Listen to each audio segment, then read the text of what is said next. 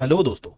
आज हम बात करेंगे एक ऐसी कंपनी के बारे में जो ना सिर्फ इंडिया की एनर्जी सिक्योरिटी के लिए इंपॉर्टेंट है, बल्कि देश के इकोनॉमिक ग्रोथ में भी एक बड़ा रोल प्ले कर रही है। और वो है ओएनजीसी, यानी oil and natural gas corporation. 1956 में एस्टैब्लिश हुई ओएनजीसी ने कैसे इंडिया को ऑयल और नेचुरल गैस में इंडिपेंडेंट बनाया, और कैसे आज भी ये कंट्री की इकोनॉमी में अपना एक सिग्निफिकेंट प्लेस बना चुकी है। आज हम ये सब एक्सप्लोर करेंगे। ओएनजीसी की हिस्ट्री से शुरू करते हैं। ओएनजीसी का सफर 1956 में शुरू होता है, जब गवर्नमेंट ऑफ इंडिया ने इसको एस्टैब्लिश किया था। उस वक्त इंडिया का ऑयल प्रोडक्शन काफी लो था और हमारी इकोनॉमी बहुत सारी चीजों के लिए फॉरेन इंपोर्ट्स पर डिपेंडेंट थी।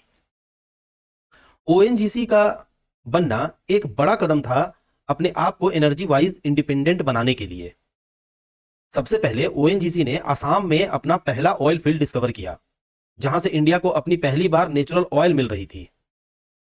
यह ओएनजीसी के लिए बहुत बड़ा स्टेप था, क्योंकि यह डिस्कवरी देश के लिए एक टर्निंग पॉइंट साबित हुई थी।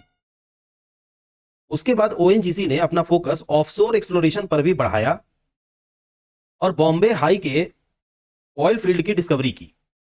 बॉम्बे हाई ऑयल फील्ड से मिलने वाली ऑयल प्रोडक्शन से न सिर्फ देश को एनर्जी मिलती थी, बल्कि देश के लिए यह एक इकोनॉमिक गेम चेंजर भी साबित हुई थी। अब अगर वर्तमान में ओएनजीसी पे नजर डालें, तो आज ओएनजीसी ना सिर्फ इंडिया में बल्कि बहुत सारे इंटरनेशनल मार्केट में भी अपना ऑपरेशन रन कर रहा है। कंपनी का प्रेजेंस अफ्रीका, मिडिल ईस्ट और साउथ ईस्ट एशिया के कई कंट्रीज में है। ओएनजीसी अब ग्लोबल ऑयल रिजर्व की एक्सप्लोरेशन में भी इन्वॉल्व है।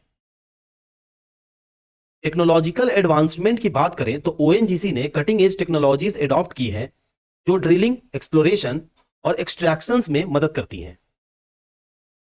इनके पास एडवांस सिस्मेटिक डेटा एक्विजिशन और प्रोसेसिंग टूल्स हैं, जिससे उन्हें ज्यादा एक्यूरेट और एफिशिएंट एक्सप्लोरेशन करने में मदद मिलती है।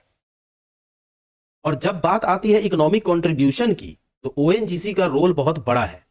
यह इंडिया के जीडीपी में काफी कंट्रीब्यूट करता है और गवर्नमेंट को टैक्स और डिविडेंड के रूप में काफी रेवेन्यू देता है। इसके अलावा ओएनजीसी एक मेजर इंप्लॉयर भी है और पब्लिक सेक्टर के डेवलपमेंट के लिए काफी फंड प्रोवाइड करता है। वहीं अगर ओएनजीसी की फ्यूचर की बात करें, जैसा कि हम सब जानते हैं, दुनिया अब रिन्यूएबल एनर्जी की सोर्स की तरफ मूव कर रही है। ओएनजीसी ने भी अपने आप को डाइवर्सिफाई करना शुरू किया है और ये क्लीन एनर्जी प्रोजेक्ट्स में अपना फोकस बढ़ा रहा है, जैसे wind energy, solar energy and hydrogen energy. ये स्टेप इंडिया के इन्वायरमेंटल गोल को अचीव करने में हेल्प करेगा और एक क्लीनर फ्यूचर का विजन प्रोवाइड करेगा।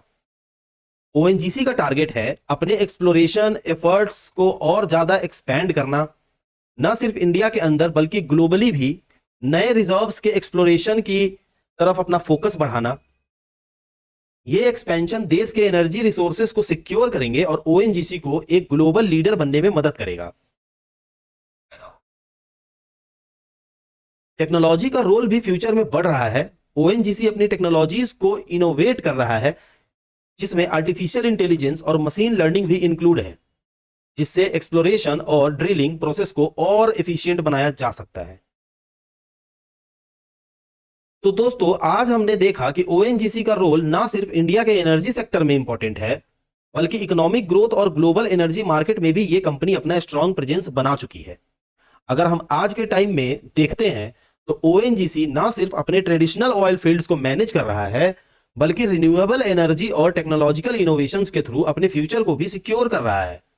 यह कंपनी जो 1956 में एक छोटे से स्टेप के रूप में शुरू हुई थी, आज एक ग्लोबल जायंट बन चुकी है।